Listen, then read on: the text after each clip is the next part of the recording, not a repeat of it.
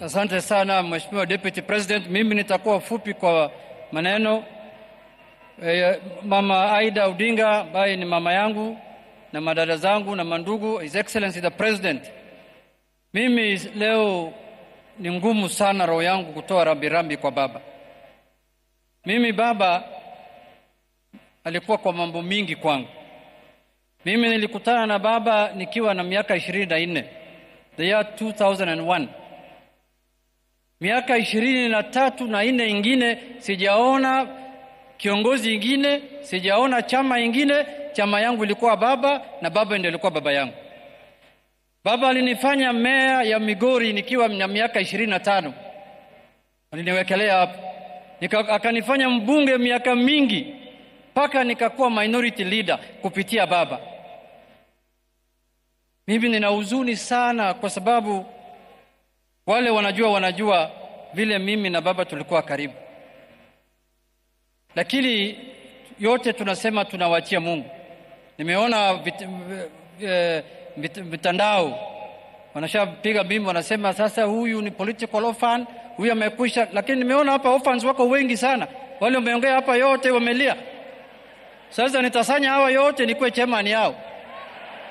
Orphans ziko mingi hapa hata roho yangu ikarudi nilipoona orphans vile wamelia hapa. Mimi nilikuwa na uzuri peke yangu, nilisema nimekwisha. Kumbe tuko wengi hapa. Hiyo nimefurahi sana. Lakini mimi nataka kusema hivi, jambo la mwisho. Baba alikuwa mtu ajabu sana. And for us, he was our leader, he was our father, and he was everything to us. Baba is the only leader who knew when to fight and when to lay arms down. Baba had fire on one hand and water on the other hand. I will miss his telephone calls. Baba alikuwa engineer ya siasa na alikuwa anatunga siasa usiku. Na nilikuwa napata simu yake saa 12 asubuhi. Nikiona simu yangu imelia saa 12, na sasa mimi kama fundi navaa abro niko kasi. Lakini saa 4 saa 3 hiyo ni salamu tu. Baba alikuwa mtu ajabu ambaye Wakenya wamepoteza mtu ambaye hawatapata kama yeye. Sherehe ya mwisho tulikuwa naye na baba, tulikuwa na parliamentary group hapo Mombasa Road. Mimi niliwasanya wabunge wote kama kiongozi yao. Baba alituongelesha pale kwa dhati, and he was very clear that day. It's one of the strongest speech he has made for the time I've known him. Ameongea, amesema tutunze chama chetu cha ODM na tukae imara na tukae united. On the other hand, because we were supposed to do a resolution baada ya hiyo mkutano ya PG, wale wameona TV siku hiyo, mimi nimesema resolution ya hii mkutano refer to Baba's speech. Kama if you are in doubt of anything, refer to Baba's speech. Another thing he told us, lazima tukae katika serikali ya broad based. It's on record. Wale wanasikia wasikie, wale wako na macho waone. Ya mwisho, Baba loved peace. Unajua mara mingi Baba makes very serious, important, fundamental, monumental decisions for the country. Lakini saa nyingine is not popular.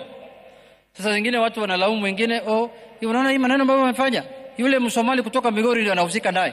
Na mimi hata sina habari. I'm just loyal implementing what Baba has said kama fundi. Thank you.